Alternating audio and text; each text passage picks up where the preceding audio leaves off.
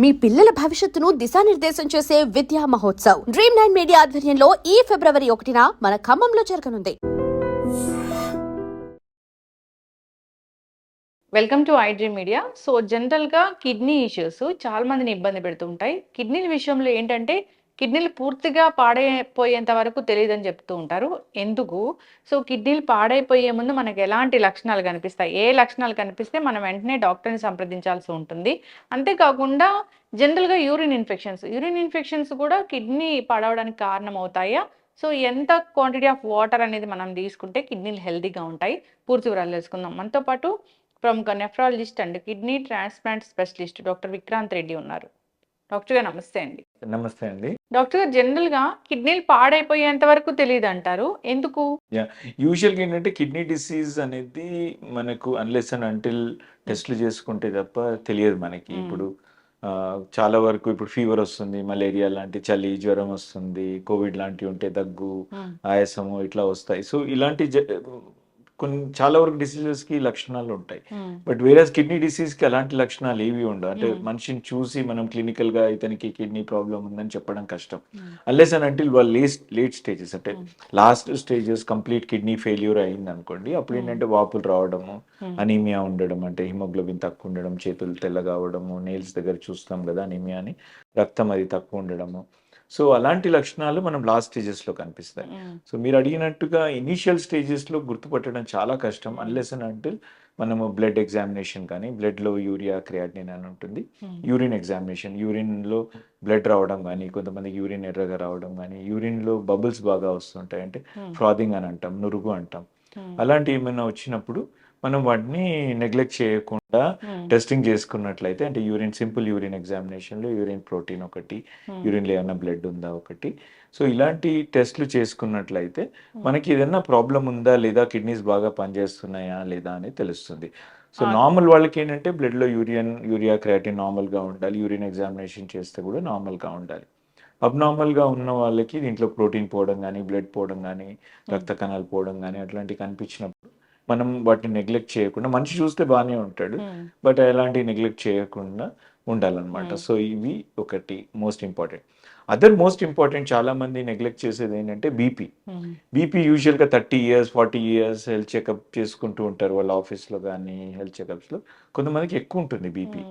So 150/110 కానీ, 160 కానీ, ఓసారి అబ్నార్మల్గా 180 200 అట్లా ఉంటుంది. సో అలాంటి వాళ్ళు కూడా whether it is kidney related బీపీయా, కిడ్నీ నుంచి కూడా బీపీ వస్తుంది, హార్ట్ నుంచి కూడా బీపీ వస్తుంది. So whether it is kidney రిలేటెడా, హార్ట్ రిలేటెడా అది చూసుకొని వాళ్ళు డాక్టర్ని సంప్రదించినట్లయితే దాన్ని ఎవాల్యుయేషన్ చేయొచ్చు. ఎందుకంటే మెయిన్గా kidney disease starts with blood pressure only. All kidney patients will have high blood pressures. ఎట్లా తెలుస్తుంది? సో అదే అందుకోసం హెల్త్ చెకప్ చేసినప్పుడు పర్వాలేదు, నేను చాలా మంది ఏంటంటే రీజన్స్ ఇస్తూ ఉంటారు, నేను పరిగెత్తుకొని వచ్చాను, నాకు టెన్షన్గా ఉంది, నాకు ప్రెషర్గా ఉంది, అందుకోసం 150 ఉంది అట్లా. అంటే యంగర్ వాళ్ళకి అంత ఉండాల్సిన అవసరం లేదు, ఎంత టెన్షన్ ఉన్నా కానీ. So if there is like that, then there is some underline problem, either because of the heart issue or because of the kidney issue అనేది. కిడ్నీస్ కూడా నెగ్లెక్ట్ చేయడానికి లేదు. సెకండరీ కాజెస్ ఆఫ్ హైపర్ టెన్షన్లో most common problem nowadays is kidney నుంచే BP వస్తుంది అనమాట. So అది నెగ్లెక్ట్ చేయకుండా చూసుకున్నట్లయితే మనము కిడ్నీ డిసీజ్ నుంచి సఫర్ అవ్వకుండా ఉంటాం అన్నమాట. ఇప్పుడు యూరిన్ కలర్ ఎట్లా ఉంటే అది హెల్దీ అన్నట్లు? యూరిన్ కలర్ నార్మల్గా మనకి వైటిష్, అంటే వాటర్ నుంచి కొంచెం ఎల్లో, వాటర్లో కొంచెం చిటికెడంత పసుపు కలిపితే ఎట్లా ఉంటుంది అట్లా కొంచెం ఎల్లోయిష్ టింజ్ వస్తుంది అనమాట మనకి. అక్కడి నుంచి కొంచెం డార్క్ ఎల్లో ఎప్పుడు అవుతుందంటే డిహైడ్రేషన్, అంటే బాగా ఎండాకాలం ఉంది, సరిగా వాటర్ తాగలేదు, డిహైడ్రేట్ అయ్యారు పేషెంట్, అట్లా ఉన్నప్పుడు yellow colour. So light yellow to dark yellow వరకు వస్తుంది, దిస్ ఈజ్ నార్మల్ అండి. మరీ డార్క్ ఎల్లో ప్రతి ఒక్కరికి అలానే వస్తుంది డైలీ అంటే తను డిహైడ్రేట్ అవుతున్నట్టు. సో ప్రతిసారి అలా వస్తుందంటే definitely he's not taking enough water, he should take consume more water. అదొకటి వాళ్ళు ఎవరి జాగ్రత్తలు వాళ్ళు తీసుకోవాల్సింది. దీని నుంచి అబ్నార్మల్ అంటే brownish colour, cola coloured, coffee coloured urine అట్లా వస్తుందంటే అది అబ్నార్మల్ అనమాట. ఆర్ రెడ్ కలర్ యూరిన్, నేను ఇంతకుముందు చెప్పినట్టుగా రెడ్ కలర్ యూరిన్ అయితే definitely they have to seek medical attention, you cannot neglect it. ఎందుకంటే బ్లడ్ అనేది యూరిన్లో రాకూడదు, వస్తే మంచిది కాదు, that eventually will lead to kidney failure అనమాట. సో యూరిన్ స్మెల్ కూడా మ్యాటర్ అవుతుందా? యూరిన్ స్మెల్ కూడా ఎఫెక్ట్ అవ్వదు. యూరిన్ స్మెల్ బాగా వస్తుంది ఆర్ ఫాల్ స్మెల్లింగ్ అట్లా ఉందంటే మన యూరిన్ ఇన్ఫెక్షన్స్ ఏమైనా ఉన్నాయా కూడా చూసుకోవాల్సి ఉంటుంది. అంటే యూరిన్ కల్చర్ చేస్తే తెలుస్తుంది. రొటీన్ యూరిన్ ఎగ్జామినేషన్ లో కూడా మనకు చాలా ఇన్ఫర్మేషన్ వస్తుంది. ఈ బ్లడ్ కానీ, ప్రోటీన్స్ కానీ, పసల్స్ కానీ, ఇలా చాలా ఇన్ఫర్మేషన్ వస్తుంది జస్ట్ సింపుల్ యూరిన్ ఎగ్జామినేషన్ లో. అండ్ నవ్-ఏ-డేస్ యూరిన్ ఎగ్జామినేషన్ ప్రతి హెల్త్ చెకప్ లో they are including that. So దాంతో మనకు తెలుస్తుంది. సో ఇప్పుడు అది అంటే స్మెల్ అంటే మార్నింగ్ బాగా కాన్సన్ట్రేషన్ ఉంటది. ఉంటుంది కాబట్టి కొంచెం వస్తుంది స్మెల్. దట్ ఈస్ నార్మల్ అండి. ఓకే. That is normal. అది కాకుండా కూడా డే టైమ్ లో కూడా బాగా స్మెల్ వస్తుందంటే either person is dehydrated or he has got some urinary infection also. ఆ రెండు విషయాల్లో వచ్చే అవకాశం ఉంటుంది. So other than this colour definitely dark brown కానీ, కాఫీ కానీ, కోలా కలర్డ్ యూరిన్ కానీ, రెడ్ కలర్ యూరిన్ కానీ వస్తే definitely they have to red flag. Medical attention తీసుకోవాలి. డాక్టర్ గారు, యూరిన్ లో ప్రోటీన్ ఇది చాలా పెద్ద ప్రాబ్లం అని చెప్తూ ఉంటారు. అంటే కొంచెం నురుగు వస్తే వెంటనే టెస్ట్ చేయించుకోండి అంటారు. ఆ నురుగ ఒక్కసారి వస్తుందా, లేదంటే యూరిన్ వెళ్ళిన ప్రతిసారి వస్తుందా? ఎప్పుడు డాక్టర్ దగ్గరికి వెళ్ళాలి అసలు? సో యూజువల్గా యూరిన్ నురుగ అనేది అంటే పెథలాజికల్గా ఉన్నప్పుడు మార్నింగ్ టైంలో చాలా ఎక్కువగా వస్తుంది. అండ్ డే టైంలో కూడా వస్తుంది. అంటే ప్యాథాలజీ అంటే డిసీజ్ ఉన్న వాళ్ళకి సే డయాబెటిక్ నెఫ్రోపతి అనుకోండి, or kidney disease, any kidney disease, glomerular diseases అనుకోండి, వాళ్ళందరికీ ఏంటంటే ప్రతిసారి పోసినప్పుడల్లా నురుగ వస్తుంది. సో ఎవ్రీ టైం నురుగ వచ్చినప్పుడు దే బెటర్ టు టెస్ట్ ఒకసారి యూరిన్ ప్రోటీన్ ఒకసారి టెస్ట్ చేసుకున్నట్లయితే మనకి ఐడియా ఏర్పడుతుంది వెదర్ రియల్లీ అదా, లేదంటే ఒక్కొక్కసారి కమ్ముడులో పోసినప్పుడు అట్లా వస్తుందా, అది ప్యాథాలజీ ఉందా, లేదంటే నురుగా ఈజ్ టు బి సిగ్నిఫికెంట్ కాదా అనేది మనకి యూరిన్ ప్రోటీన్ ఎస్టిమేషన్ చేస్తే తెలుస్తుంది అనమాట. అది ఎక్కువ ఉన్నట్లయితే డెఫినెట్లీ నెగ్లెక్ట్ చేయకూడదు. ఓకే. యూరిన్ ఇన్ఫెక్షన్ వల్ల కిడ్నీ డ్యామేజ్ అవుతుందా? యా, ఇప్పుడు యూరిన్ ప్రోటీన్ తోటి కూడా క్రమక్రమేణా కిడ్నీ డ్యామేజ్ అవుతుంది. యూరిన్ ఇన్ఫెక్షన్స్ ట్రీట్ చేయకుండా వదిలేస్తే ఏమవుతుందంటే అసెండ్ అవుతుంది. అంటే బ్లాడర్ నుంచి యూరేటర్స్ నుంచి కిడ్నీ వరకు వెళ్తుంది. వెళ్ళి క్రమక్రమేణా డ్యామేజ్ చేస్తూ వస్తుంది. యూజువల్గా యూరిన్ ఇన్ఫెక్షన్ వస్తే సిమ్టమ్స్ ఉంటాయి. అంటే చలి, జ్వరం అట్లా ఉంటుంది. సో నెగ్లెక్ట్ ఎవరు చేయలేము. అంటే చలి, జ్వరం వస్తుంది కాబట్టి definitely they will seek medical attention. So but ఉన్నా కానీ అది జాగ్రత్త చేసుకొని దీంట్లో ఏంటంటే అల్ట్రాసౌండ్ కూడా చేసుకోవాలన్నమాట. అల్ట్రాసౌండ్ చేసుకొని ఏమైనా హైడ్రోనెఫ్రోసిస్ ఉందా, ఏదైనా ప్యాపిలే ఉందా, ఏమవుతుంది, దానికి ఏమైనా ఫర్దర్ యూరలాజికల్ ఇంటర్వెన్షన్ ఏమైనా అవసరం పడుతుందా, అది కూడా చూసుకోవాలన్నమాట. So that is also very very important. And neglect చేయకూడదు. నెగ్లెక్ట్ చేస్తే again it will damage the kidneys అనమాట. కిడ్నీలో ఏమైనా ప్రాబ్లం ఉన్నా కానీ యూరిన్ బాగానే వస్తుంది డాక్టర్ గారు? ఒక 20% వాళ్ళకి ఏంటంటే క్రానిక్ ఇంటర్స్టిషియల్ నెఫ్రైటిస్ అని అంటాం. వీళ్ళకి ఏంటంటే కిడ్నీస్ కంప్లీట్ గా ఫెయిల్ అయినా కానీ కొంత యూరిన్ ప్రొడ్యూస్ అవుతూ ఉంటుంది. Very less percentage of people will have this. 10-20% వాళ్ళకి యూరిన్ వస్తుంది. ఇది కూడా ఒక మిస్నామర్. నేను అంతా బాగానే ఉన్నాను, తింటున్నాను, యూరిన్ బాగానే వస్తుంది, మీరేమో కిడ్నీ ఫెయిల్యూర్ అని చెప్తున్నారు డాక్టర్ గారు అని. ఇది క్వశ్చన్ చాలా మంది 20% వాళ్ళతో మాకు ఇది ప్రాబ్లం అవుతూ ఉంటుంది. బట్ మేము చెప్తూ ఉంటాం, మీరు చూసారు కదమ్మా రిపోర్ట్స్ లో యూరియా, క్రియాటిన్, పొటాషియం, ఫాస్ఫరస్ ఇవన్నీ పెరుగుతున్నాయి. దట్ మీన్స్ దట్ మీ కిడ్నీస్ బాగా లేవు, అల్ట్రాసౌండ్ లో కూడా బాగా లేదు. So please try to understand అని. But still they are the ones who say that నాకు బాగానే ఉంది, యూరిన్ బాగానే వస్తుంది, మీరేం కిడ్నీ ప్రాబ్లం ఉందంటారు. ఇవన్నీ ఏంటంటే ఇంకా క్రమక్రమేణా ఒక 1-2 years గడిస్తే వాళ్ళకి ఫుల్ బ్లోన్ సిమ్టమ్స్ డెవలప్ అవుతాయి. మళ్ళీ again they will come back to us. అట్లా ఉంటుంది అనమాట. స్టోన్స్ కూడా కిడ్నీ ఫెయిల్యూర్ కారణం అవుతాయా? స్టోన్స్ కూడా ఏంటంటే కాన్సన్ట్రేట్ అయినప్పుడు, ఇప్పుడు ఎవరైతే పర్సన్ డార్క్ కలర్డ్ యూరిన్, సరిగ్గా వాటర్ తీసుకోవట్లేదు, or is expose to extreme temperatures. ఇప్పుడు మనకు మామూలుగానే సమ్మర్స్ లో హై టెంపరేచర్స్ ఉంటాయి. సో అలా ఎక్స్ట్రీమ్ టెంపరేచర్స్ కి ఎక్స్పోజ్ అయినప్పుడు దే డిహైడ్రేట్ అవుతాయి. డిహైడ్రేట్ అయినప్పుడు క్రిస్టల్స్ లాగా ఫామ్ అయ్యి crystals become stones. Stones form అయినప్పుడు ఏమవుతుందంటే కిడ్నీ ఏవైతే యూరిన్ పైప్స్ ఉంటాయి, చిన్న చిన్న పైప్స్, కలెక్టింగ్ ట్యూబ్యూల్స్ అంటాం, అక్కడ పోయి అవి అబ్స్ట్రక్ట్ చేస్తూ ఉంటాయి. అబ్స్ట్రక్షన్ అయ్యాయి ఎందుకంటే ఇవి అయినప్పుడు మనకు తెలియదు లోపల. Nobody can see inside what is happening. So అది తెలియకుండా అవన్నీ చిన్న చిన్న ట్యూబ్యూల్స్ అన్ని మూసుకొని పోతూ ఉంటాయి అనమాట. మూసుకొని పోయినప్పుడు యూరిన్ ఆగిపోతుంది. యూరిన్ ఆగిపోయి టైంలో చూడకుండా ఉంటే కొంతమందికి పెయిన్ వస్తుంది. పెయిన్ వస్తే పర్లేదు, they will seek medical attention. Pain రాని వాళ్ళు అట్లే ఉండిపోయి అది కిడ్నీస్ డ్యామేజ్ చేస్తుంది అనమాట.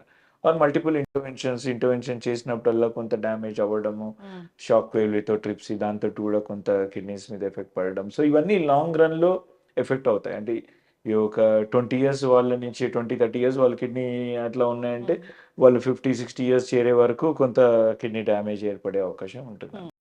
అబ్డోమెన్ స్కాన్ చేసినప్పుడు కిడ్నీ ఫంక్షన్ కూడా తెలుస్తుంది డాక్టర్. మెయిన్గా అబ్డామిన్ స్కాన్ చేసినప్పుడు it's like A photograph. So it's not a functional scan. Basically అంటే స్ట్రక్చర్ ఎలా ఉంది, ఏమైనా అబ్నార్మాలిటీస్ ఉన్నాయా, పొజిషన్ ఎట్లా ఉంది, ఏమైనా స్టోన్స్ ఉన్నాయా, అడ్డుకుంటున్నాయా, సిస్ట్స్ ఉన్నాయా, ఇలాంటివన్నీ బేసిక్ ఇన్ఫర్మేషన్ తెలుస్తుంది అనమాట. ఫంక్షనింగ్ తెలియదు. ఫంక్షనింగ్ అనేది యూరియా అండ్ క్రియాటినిన్ చేస్తే కానీ తెలియదు. బట్ బట్ చిన్నగా అయిపోయినాయి అనుకోండి తెలుస్తుంది, అరే ఇది బాగాలేదు, ఆర్ ఒక కిడ్నీనే ఉంది, సో కిడ్నీ చిన్నగా అయిపోయింది, సో అలాంటి ఇన్ఫర్మేషన్ దొరుకుతుంది. అంటే కోరిలేట్ చేసుకోవడానికి ఏర్పడుతుంది అనమాట. ఇంతకుముందు చెప్పాను కదా, క్రానిక్ కిడ్నీ యూరిన్ బాగానే వస్తుంది, మా కిడ్నీ వాళ్ళకి సింక్ అయిపోయి ఉంటాయి అనమాట. వాళ్ళ కిడ్నీస్ బాగా ఉండవు యాక్చువల్లీ చెప్పాలంటే. సో అక్కడ చెప్పొచ్చు మనం, చూడండి మీరు బాగాలేదు అల్ట్రాసౌండ్లో అట్లా. సో ఇవన్నీ ఇన్ఫర్మేషన్ అయితే మ్యాక్సిమంగా దొరుకుతుంది. అండ్ కోరిలేట్ చేసి మనం ఎస్ ప్రాబ్లమ్ ఈస్ దేర్ అని చెప్పడానికి చాలా యూస్ఫుల్ అవుతుంది అల్ట్రాసౌండ్ డాక్టర్. ఈ డయాబెటీస్ ఉన్న వాళ్ళలో తొందరగా కిడ్నీలు పాడైపోతాయి అంటారు, నిజమా డాక్టర్? కరెక్ట్. డయాబెటీస్ ఉన్న వాళ్ళు ఏంటంటే నెగ్లెక్ట్ చేసినట్లయితే, అంటే షుగర్ కంట్రోల్ సరిగ్గా లేనట్లయితే high sugars will lead to protein loss అనమాట. సో ప్రోటీన్ లాస్ తద్వారా విల్ డ్యామేజ్ ద కిడ్నీస్.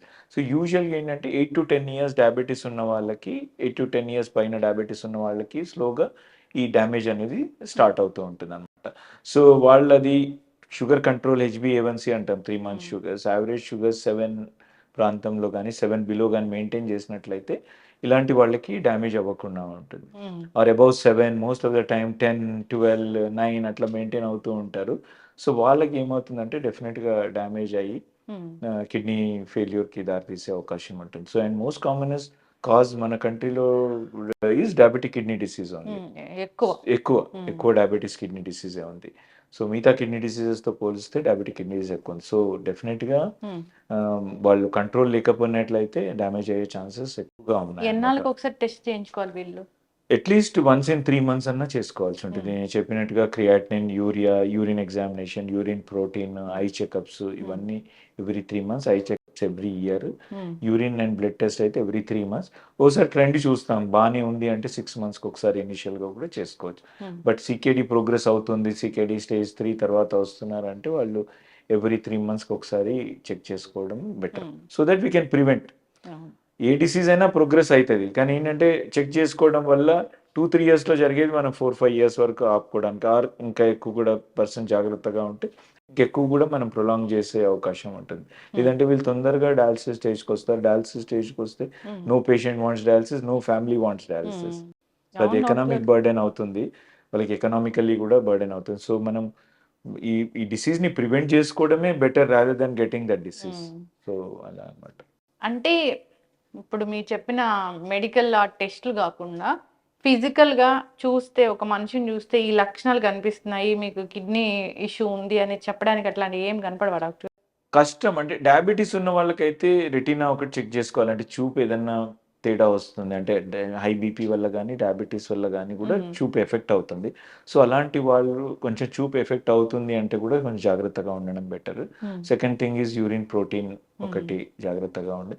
ఫిజికల్గా అంటే అన్లెస్ అంటే ఫెయిల్యూర్ అయితే తప్ప, అంటే కిడ్నీ ఫెయిల్యూర్ అయింది అంటే తప్ప వాళ్ళకి ఏంటంటే ఎడిమా రావడం, వాపులు రావడం, ఫేస్ స్వెల్లింగ్ రావడము, అండ్ బీపీ ఎక్కువ ఉండడం, ఎప్పుడు చూసినా 180 అట్లా ఉండడము, and anaemia is also one of the common symptom అన్నమాట. ఆయాసం ఒకటి.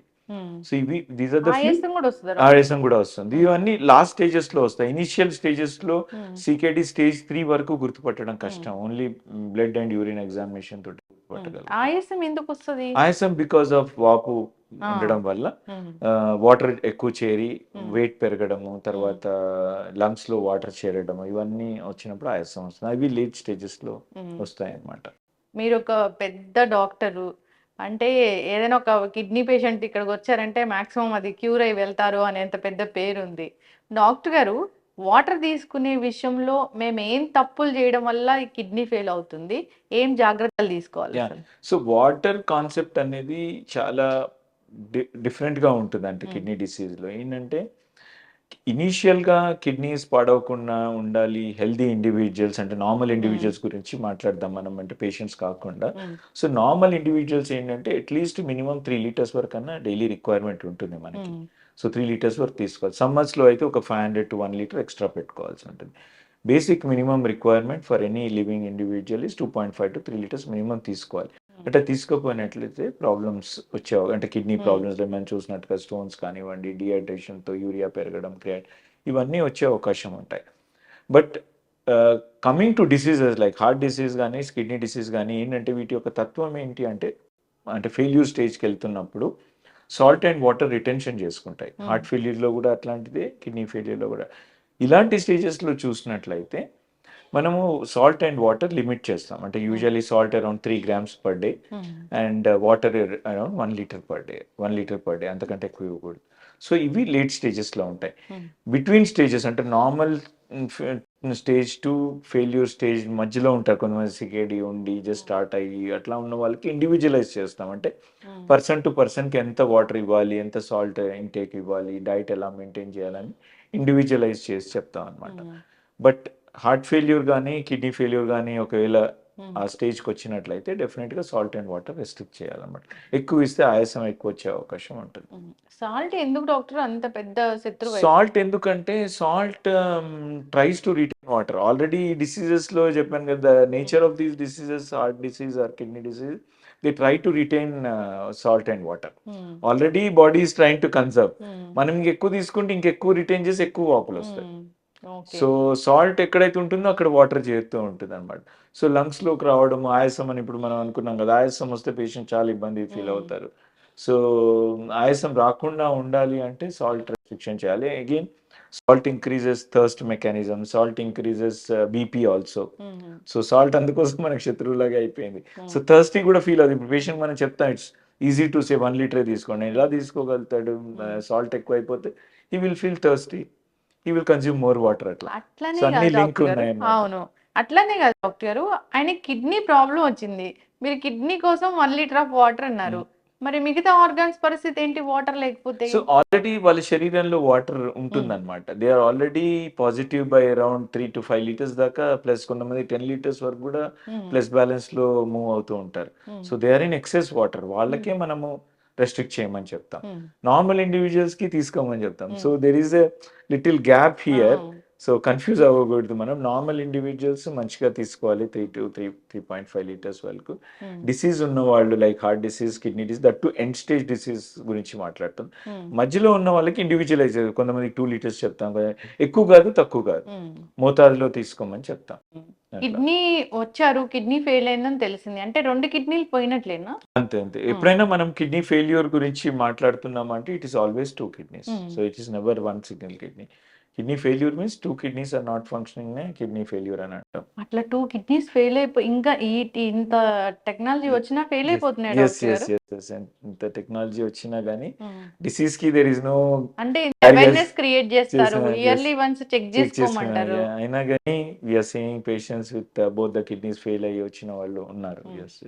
ఏం చేస్తారు సో, డాక్టర్? అలాంటి వాళ్ళకేంటంటే సో, అనీమియా మేనేజ్‌మెంట్ ఒకటి, తర్వాత ఈ వాటర్ మేనేజ్‌మెంట్ ఒకటి అయి చూసుకొని బాగా ఎక్కువగా యూరియా, క్రియాటినిన్ అంటే వి అడ్వైస్ దెమ్ ఫర్ డయాలిసిస్. హ్మ్. డయాలిసిస్ చేస్తే ఏంటంటే ఈ చెడు పదార్థాలు ఏవైతే ఉన్నాయో హ్మ్. ఎక్సెస్ వాటర్ కానియండి or urea, creatinine, phosphorus, potassium ఇలాంటియన్నీ కూడా డయాలిసిస్ ద్వారా ఫిల్టర్ చేస్తాం. హ్మ్.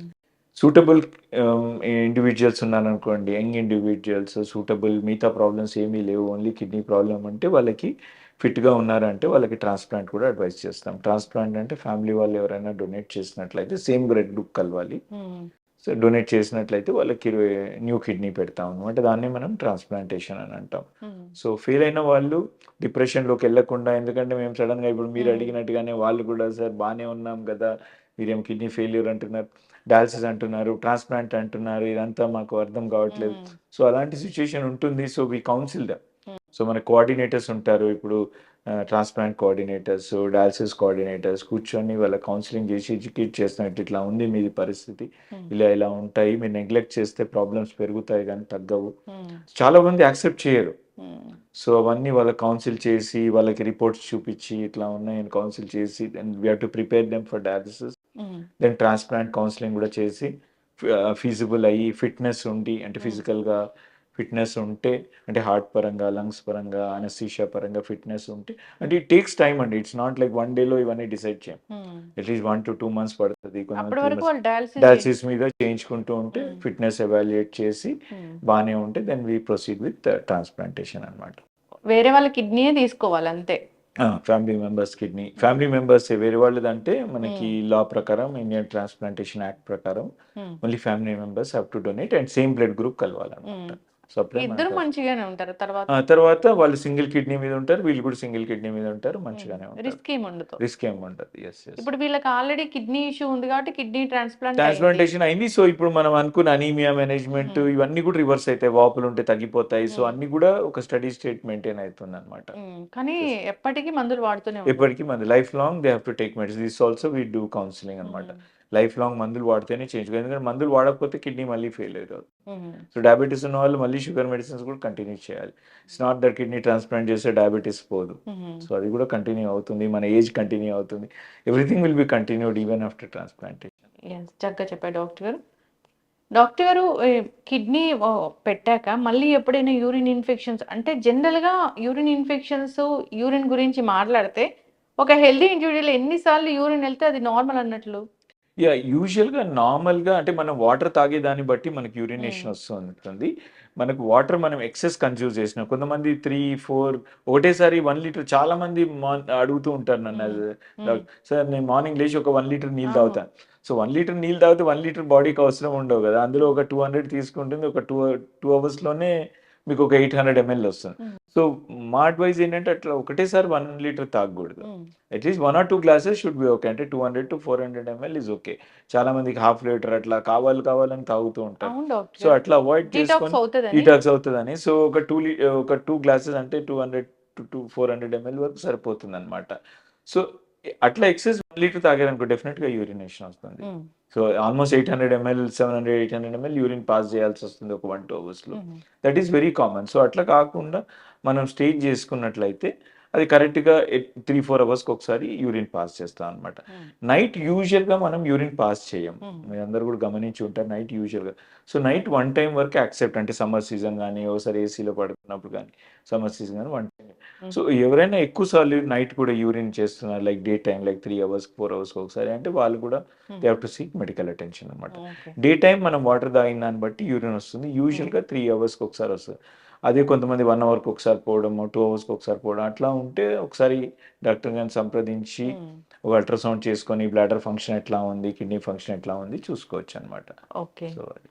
సో ఇప్పుడు కిడ్నీ ట్రాన్స్ప్లాంట్ అయింది, ఏం లక్షణం కనిపిస్తే వెంటనే డాక్టర్ దగ్గరికి వెళ్ళాలి? సో మీరు ఇంతకుముందు అడిగారు కిడ్నీ ట్రాన్స్ప్లాంట్ అయిన తర్వాత కూడా యూరిన్ ఇన్ఫెక్షన్స్ తరచుగా వస్తూ ఉంటాయి. యూరిన్ ఇన్ఫెక్షన్స్ వచ్చే అవకాశం ఉంది కిడ్నీ ట్రాన్స్ప్లాంట్ అయిన తర్వాత కూడా, బికాజ్ ఆ యూరిటర్ లెంత్ తగ్గుతుంది. సో యూరిన్ ఇన్ఫెక్షన్ రిస్క్ పెరుగుతుంది, ఎందుకంటే మందుల మీద కూడా ఉంటారు కాబట్టి. సో లైక్ మూత్రం మంట కానీ ఫీవర్ కానీ ఇట్లాంటివి వస్తే ఇమీడియట్గా డాక్టర్ అటెన్షన్ తీసుకోవాలి. ఆర్ యూజువల్గా ఏంటంటే కిడ్నీ ట్రాన్స్ప్లాంట్ వాళ్ళకి రొటీన్ చెకప్స్ కూడా మనకి ఉంటాయి. సో ఆ రొటీన్ చెకప్స్లో కూడా డిటెక్ట్ చేస్తూ ఉంటాము. ఆర్ మిగతా లక్షణాలు సేమ్ థింగ్, బీపీ పెరగడం కానీ వాపులు రావడం కానీ షుగర్స్ అప్స్ అండ్ డౌన్స్ అవ్వడం కానీ ఫీవర్ రావడం. Fever is the most important thing. Or కడుపు నొప్పి ఆర్ గ్రాఫ్ట్ దగ్గర పెయిన్ కానీ అంటే కిడ్నీ పెట్టిన దగ్గర పెయిన్ కానీ అట్లాంటి ఆ యూరిన్ కలర్లో చేంజ్ అవ్వడం కానీ అలాంటి ఏమన్నా ఉంటే డెఫినెట్గా they have to review early, అంటే ఇమీడియట్గా వస్తేనే బెటర్ వాళ్ళు, లేదంటే మళ్ళీ కిడ్నీ మీద ప్రభావం పడే అవకాశం ఉంటుంది. సక్సెస్ రేట్ ఎంత ఉంది డాక్టర్ గారు? Almost around 95 to 98% success rate ఉంది మనకి లైవ్లో అయితే. సో లైవ్ ట్రాన్స్ప్లాంట్ క్యాడవర్లో కొంచెం తక్కువ ఉంటుంది, అరౌండ్ 90 వరకు వెళ్తుంది. బట్ లైవ్ అంటే లైవ్ మనం ఎలెక్టివ్గా ఫ్యామిలీ మెంబర్స్ ఇస్తే డేట్ ఫిక్స్ చేసుకొని చేసినట్లయితే success rate 95 to 98% success rate. Artificial kidneys ఉండవా? ఆర్టిఫిషియల్ కిడ్నీస్ మీద కూడా రీసెర్చ్ జరుగుతూ ఉంది. ద ప్రాబ్లం ఏంటంటే ఆర్టిఫిషియల్ కిడ్నీస్ మన బ్లడ్ తత్వం ఏంటంటే బయటకు వస్తే క్లాట్ అవుతూ ఉంటుంది అనమాట మన బ్లడ్. సో ఆర్టిఫిషియల్ కిడ్నీస్ లోపల అమర్చినప్పుడు కూడా ఆ బ్లడ్ ఆ ట్యూబ్స్లోకి వెళ్ళినప్పుడు దే ఆర్ గెటింగ్ క్లాటెడ్ అనమాట. సో అవి క్లాట్ అవ్వకుండా ఇంకా still it's in the experimental model అనమాట. సో అవన్నీ కూడా నడుస్తున్నాయి. So we have to see in future next few years లో ఏమైనా వచ్చి అవి ప్రాక్టికల్ యూజబుల్ అని అంటే then we are all lucky about it that we get అవును. this artificial kidneys.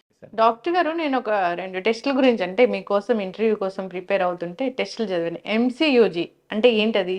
MCUG అంటే మిక్చురేటింగ్ సిస్టో యూరెథ్రోగ్రామ్ అంటారు. హ్మ్. అంటే ఏంటంటే మనం యూరిన్ పాస్ చేసినప్పుడు బై గ్రావిటీ మన కిందికి రావాలి. హుహు. That is gravity, that is a nature. ఆ! They have to pass urine from upwards to downwards అన్నమాట. కిడ్నీస్ మనకి ఇక్కడ ఉంటే కిందికి ఇట్లా యూరిన్ వస్తుంది. హ్మ్. సో అదే కొంతమందికి రిఫ్లక్స్ అవుతుంది. హ్మ్. రిఫ్లక్స్ అంటే యూరిన్ పైకి వెళ్తుంది. హ్మ్. సో అది ఎట్లా తెలియాలంటే మనకి ఆ ఎంసీయూజీలో తెలుస్తుంది. హ్మ్. అందుకోసం మిక్చురేటింగ్ సిస్టో యూరెథ్రోగ్రామ్ అంటే మిక్చురేటింగ్ అంటే యూరిన్ పోసేటప్పుడు హ్మ్. ఫోటో తీస్తాం అనమాట. ఆ! యూరిన్ కొంచెం డై ఇస్తాము, అంటే ఆ! మనం కాంట్రాస్ట్ ఇస్తాము. హ్మ్. కాంట్రాస్ట్ కిందికి వెళ్ళాలి, కొంతమందికి పైకి వస్తుంది. పైకి వస్తుందంటే they will damage the kidneys అనమాట. ఓహ్! సో అట్లాంటి వాళ్ళకి ట్రాన్స్ప్లాంట్ చేయాలంటే కూడా కష్టం, బికాస్ హ్మ్. Again the new kidney also will get transplanted. హ్మ్. అండ్ ఇన్ఫెక్షన్స్ ఎక్కువ కామన్ వస్తాయి, అంటే హ్మ్. యూరిన్ కిందికి పోవాలి కదా, వేస్ట్ షుడ్ హ్మ్. Go down. Waste goes up, then it will cause infection. So very common cause for infections అనమాట. హ్మ్. అందుకోసం ఇన్ఫెక్షన్స్ ఉన్నప్పుడు అల్ట్రాసౌండ్, ఈ ఎంసీయూజీ ఇవన్నీ హ్మ్. కంపల్సరీ చేయిస్తాం అనమాట. ఇంకా ఏదో ఒక టెస్ట్ ఉంటది. ఒక 5 అవర్స్ పాటు డై ఇస్తారు. అప్పుడు కిడ్నీలు చెక్ సో చేస్తారంట అది కదా! అది అదేమో డిటిపిఎస్ స్కాన్ అని ఆ! అంటాము. డిటిపిఎస్ స్కాన్ మీరు అడిగారు కదా, అల్ట్రాసౌండ్ చేస్తే ఆ! తెలుస్తుందా అని ఫంక్షన్, దాంట్లో తెలియదు, దీంట్లో తెలుస్తుంది. హ్మ్. డిటిపిఎస్ స్కాన్లో ఏంటంటే న్యూక్లియర్ స్కాన్ అనమాట. దీంట్లో ఎగ్జాక్ట్లీ రైట్ కిడ్నీ ఎంత వర్క్ చేస్తుంది, లెఫ్ట్ కిడ్నీ ఎంత వర్క్ చేస్తుంది అని కూడా క్లియర్ కట్గా దాని జిఎఫ్ఆర్, ఇండివిజువల్ కిడ్నీ జిఎఫ్ఆర్ కూడా మనకి డిలినేట్ స్కార్స్ అయ్యి ఉన్నా వస్తుంది. తెలుస్తుంది. స్కార్స్ ఉన్నా తెలుస్తుంది, ఫంక్షనింగ్ తెలుస్తుంది. హ్మ్. It's functional scan. హ్మ్. సో స్కార్ తోటి కూడా మన కిడ్నీస్ డ్యామేజ్ ఉంటుంది హ్మ్. కాబట్టి అవన్నీ కూడా దాంట్లో క్లియర్ కట్గా తెలుస్తుంది అనమాట. స్కార్ ఉన్న కిడ్నీ ఎంత పనిచేస్తుంది, నార్మల్ కిడ్నీ ఎంత పనిచేస్తుంది, హ్మ్. ఇవన్నీ చేస్తాం. ఈవెన్ మనం డోనర్ ఎవాల్యుయేషన్లో కూడా ఈ స్కాన్ చేస్తాం అనమాట. ఓకే. ఎందుకంటే ఏ కిడ్నీ తీసుకోవాలి, ఏ కిడ్నీ ఎట్లా ఫంక్షన్ చేస్తుంది, అది కూడా మనకి డిటిపిఎస్ స్కాన్ ద్వారానే తెలుస్తుంది. ఇట్లా డైలు అవన్నీ ఇస్తే అవన్నీ డైట్స్ అవి కూడా త్రూ కిడ్నీనే ఫిల్టర్ అవ్వాలి. దే హ్మ్. గెట్ అంటే ఈ కాంట్రాస్ట్ డై తోటి అవుతుంది, బట్ న్యూక్లియర్ స్కాన్ డై తోటి ఏం డ్యామేజ్ ఉండదు దాంతో. So okay. దాంతో ఏం ప్రాబ్లం లేదు. డిటిపిఎస్ స్కాన్తో పెద్ద ఇబ్బంది ఏమి ఉండదు హ్మ్. మనకి. ఒకసారి యూరిన్ ఇన్ఫెక్షన్ వచ్చినా కిడ్నీ డ్యామేజ్ అయ్యే అవకాశం ఉంటుందా? యా కొంచెం ఇన్సెప్ట్ అవుతుంది కదా ఒకసారి. ఒకసారి ఇన్ఫెక్షన్ వచ్చినా కానీ it can damage the kidneys. అందుకే ఈ టెస్ట్‌లన్నీ రాస్తారు డాక్టర్. అదే టెస్ట్‌లన్నీ రాస్తాం అనమాట. ఆ! ఎస్పెషల్లీ యంగర్ పీపుల్‌కి ఎక్కువగా కాన్సంట్రేట్ చేయాల్సి వస్తుందన్నమాట. చాలా చిన్న పిల్లలు. చిన్న పిల్లలకి హ్మ్. ఎందుకంటే వాళ్ళకి they have to live for longer time. అప్పుడే ఆల్రెడీ స్కారింగ్ అవన్నీ స్టార్ట్ అయిపోయినాయంటే, హ్మ్. స్కారింగ్ అంటే ఫంక్షనింగ్ కెపాసిటీ తగ్గిపోతుంది కదా. హ్మ్. అప్పుడేం తెలీదు, but this effect will be seen in హ్మ్. 20-30 ఇయర్స్ లేటర్ అట్లా హ్మ్. అనమాట. ఓకే. ఒక్కసారి యూరిన్ ఇన్ఫెక్షన్ వచ్చింది. తర్వాత యూరిన్ ఇన్ఫెక్షన్ తగ్గిపోయింది. ఎంసీయూజీ నార్మల్ ఉంది. అయినా గాని మళ్ళీ అట్లాంటి సిచ్యుయేషన్‌లో ఏం ప్రాబ్లమ్ ఉండదు. ఏం ఇబ్బంది ఉండదు చాలా భయపడుతూ ఉంటారు కదా డాక్టర్. అట్లాంటి సిచ్యుయేషన్‌లో హ్మ్. అట్లాంటిది ఏమి ఉండదు. అన్నీ భయపడాలని కాదు. హ్మ్. బేసికల్లీ అంటే ఈ అవేర్‌నెస్ మనం ఎందుకు చెప్తాం అంటే నెగ్లెక్ట్ చేయొద్దు అని. ఆ! బేసికల్లీ చాలామంది ఏంటంటే అన్నీ నెగ్లెక్ట్ చేస్తూ ఉంటారు. పర్లేదులే చూద్దాం సో అవన్నీ ఏంటంటే ఎక్కువ ఎక్కువ హ్మ్. ప్రాబ్లమ్స్‌కి దారి తీస్తాయన్నమాట. హ్మ్. అవేర్‌నెస్ కోసమని గాదు. యాహ్! ఒక డాక్టర్ టెస్టులు రాస్తే గూడా ఇవన్నీ టెస్టులు ఎందుకు? ఎందుకు అన్నట్టు ఉంటుంది. ఆ! అది కూడా రాంగ్ కాన్సెప్ట్. బికాజ్ హ్మ్. టెస్ట్‌లు అన్నీ కూడా ఇప్పుడు యంగ్ ఇండివిడ్యువల్ వచ్చారనుకోండి, హ్మ్. డెఫినిట్‌గా we have to do all these things. ఇప్పుడు మనం చేసినట్టే మెచ్యూరిటీ. హ్మ్. ఎందుకంటే వాళ్ళకి ఆ చిన్నప్పటి నుంచే రిఫ్లక్స్ అవుతుందనుకోండి, హ్మ్. అట్‌లీస్ట్ మనం ఎర్లీగా పికప్ చేస్తే we can do surgery and stop that. Hmm. Otherwise అది అవుతుందంటే డ్యామేజ్ అయిపోతది. నెక్స్ట్ 10 ఇయర్స్‌లో he will come back with kidney failure. ఆ అవును. రోజు ఏమి చేయలేం మనం. So people won't understand. So everything is individualised. అన్నీ ఒకటే పట్టుకొని ఉంటారు. హ్మ్. ఇప్పుడు సేమ్ మన వాటర్ విషయంలో కూడా కిడ్నీకి మంచిదే water, hmm. But not when kidney failure or heart failure is hmm. That time we have to restrict. So everything is individualised. Treatment is always individualised. పేషెంట్‌ని బట్టి, పేషెంట్ ఏజ్‌ని బట్టి, పేషెంట్ దీన్ని బట్టి చేస్తూ ఉంటాం అనమాట. హ్మ్. ఈ పెయిన్ కిల్లర్స్ ఎందుకు అంత డ్యామేజ్ చేస్తాయి కిడ్నీని? So painkillers are again bad for kidneys. Painkillers kidneys damage చేసే అవకాశం చాలా ఎక్కువగా ఉంది. Painkillers are not good.